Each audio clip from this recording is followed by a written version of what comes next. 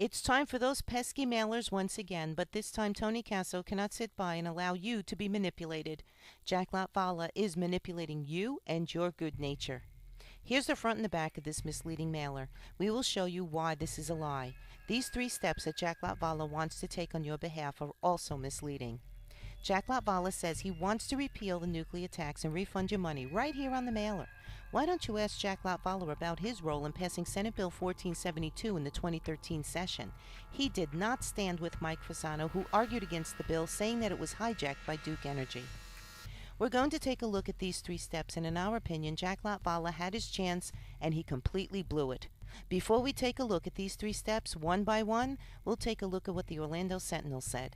Consumers should not expect refunds when nuclear power plant plans are halted, as was the initial desire of Tampa Bay area legislators when they first proposed the bill.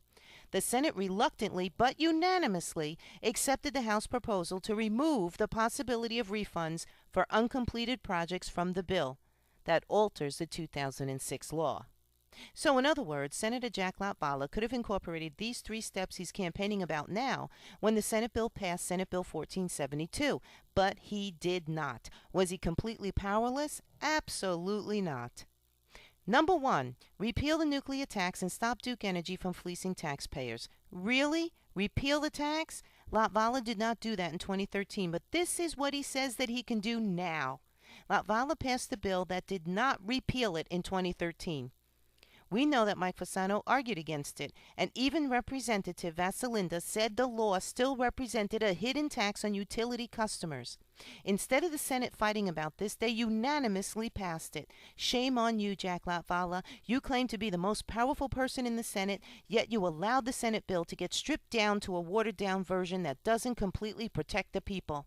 So let's take a look at number 2. Latvala wants to refund your money by forcing Duke Energy to get customer rebates immediately.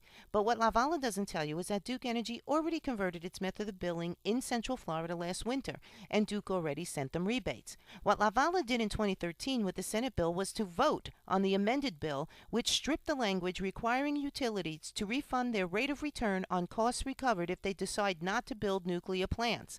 Latvala is now running on fixing this. This makes no sense, folks. Okay, let's look at the 3rd one. He wants to reform the Public Service Commission. Latvala says he wants to reform the Public Service Commission in order to stop Duke Energy from raising rates constantly. But yet the Public Service Commission is an entirely political entity. Who is in charge of the appointments? Why, your elected officials, of course, and the Senate has a big say in what happens. Does reforming mean Latvala will get his guys on the commission? As a senator, he could have brought legislation to fix this problem, but he did not do it.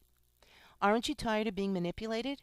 The same legislators who say they can fix the problem don't, and then they use their lack of action to campaign on it. Their lack of action becomes their action points in their campaign. These politicians create the chaos and then come to the rescue, asking for your vote. Well, we won't get fooled again.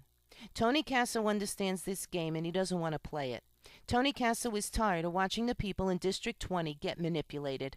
Elect Tony Caso for State Senate District 20. Go to his website at www.votetonycaso.com for more information. Political advertisement paid for and approved by Tony Caso, Libertarian for State Senate District 20.